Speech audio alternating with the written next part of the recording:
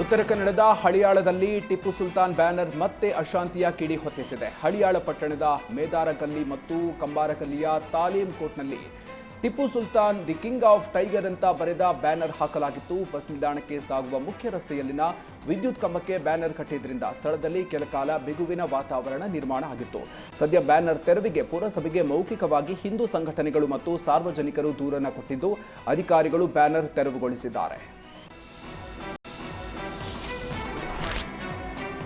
ಶಿವಮೊಗ್ಗ ಜೈಲಿಗೆ ಗಾಂಜಾ ಸಾಗಿಸ್ತಾ ಇದ್ದ ಮತ್ತೊಂದು ಪ್ರಕರಣ ಪತ್ತೆಯಾಗಿದೆ. ಶಿವಮೊಗ್ಗದ ಸೋಗಾನೆಯಲ್ಲಿರುವ ಜೈಲಿಗೆ ಆಟೋ ಚಾಲಕನೊಬ್ಬ ಬಾಳೆಗೊನೆಗಳಲ್ಲಿ ಗಾಂಜಾ ತುಂಬಿ ತಂದು ಗೇಟಿನ ಬಳಿ ಇಟ್ಟು ಹೋಗಿದ್ದಾನೆ. ನವೆಂಬರ್ 19 ಮಧ್ಯಾಹ್ನ 2:15 ವೇಳೆಗೆ ಆಟೋದಲ್ಲಿ 5 ಬಾಳೆಗೊನೆಗಳನ್ನು ಕಾರಾಗೃಹದ ಮುಂಭಾಗಕ್ಕೆ ತಂದಿಟ್ಟಿದ್ದಾನೆ. ಇದು ಕ್ಯಾಂಟೀನ್ ಅವರ ಸೂಚನೆಯ ಮೇರೆಗೆ ತಂದಿರೋದಾಗಿ ತಿಳಿಸಿದ್ದಾನೆ. ಇನ್ನು ಬಳಿಕ ಕಾರಾಗೃಹದ ಮುಖ್ಯ ದ್ವಾರದ ಉಸ್ತುವಾರಿಯಲ್ಲಿದ್ದ ಇನ್ಸ್ಪೆಕ್ಟರ್ ಜಗದೀಶ್ ನೇತೃತ್ವದಲ್ಲಿ ಬಾಳೆಗೊನೆಗಳನ್ನು ಪರಿಶೀಲನೆ ನಡೆಸಲಾಗಿದೆ. ಈ ವೇಳೆ ಬಾಳೆಗೊನೆಯ ದಿಂಡನ್ನ ಕೊರೆದು ನೋಡಿದಾಗ ಅದರ ಒಳಗೆ ಗಾಂಜಾ ಹಾಗೂ ಸಿಗರೇಟ್ ಅನ್ನ ಟೇಪ್ನಲ್ಲಿ ಸುತ್ತಿಟ್ಟಿರೋದು ಪತ್ತೆಯಾಗಿದೆ. ಅಧಿಕಾರಿಗಳು 123 ಗ್ರಾಂ ಗಾಂಜಾ ಮತ್ತು 40 ಸಿಗರೇಟ್ಗಳನ್ನು ವಶಕ್ಕೆ ಪಡ್ಕೊಂಡಿದ್ದಾರೆ. ಈ ಸಂಬಂಧ ತುಂಗನಗರ ಪೊಲೀಸ್ ಠಾಣೆಯಲ್ಲಿ ಪ್ರಕರಣ ದಾಖಲಾಗಿದೆ.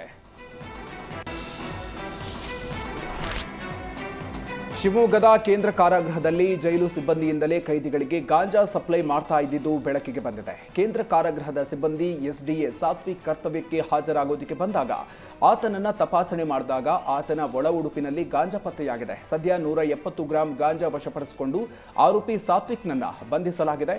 ಈ ಸಂಬಂಧ ತುಂಗನಗರ ಪೊಲೀಸ್ ಠಾಣೆಯಲ್ಲಿ ಪ್ರಕರಣ ದಾಖಲಾಗಿದೆ.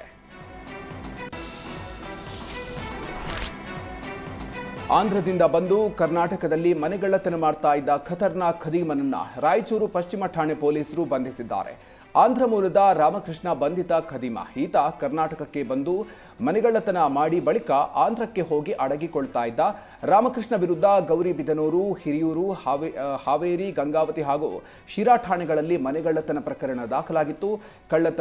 ಕಳ್ಳನ ಫಿಂಗರ್ ಪ್ರಿಂಟ್ ಸುಳಿವಿನ ಮೇರೆಗೆ ರಾಯಚೂರು ಪಶ್ಚಿಮ ಠಾಣೆ ಪೊಲೀಸರು ಕಳ್ಳ ರಾಮಕೃಷ್ಣನನ್ನ ಅರೆಸ್ಟ್ ಮಾಡಿದ್ದಾರೆ. ಬಂಧಿತನಿಂದ 36 ಲಕ್ಷ ಮೌಲ್ಯದ 315 ಗ್ರಾಂ ಚಿನ್ನಾಭರಣ ಜಪ್ತಿ ಮಾಡಲಾಗಿದೆ.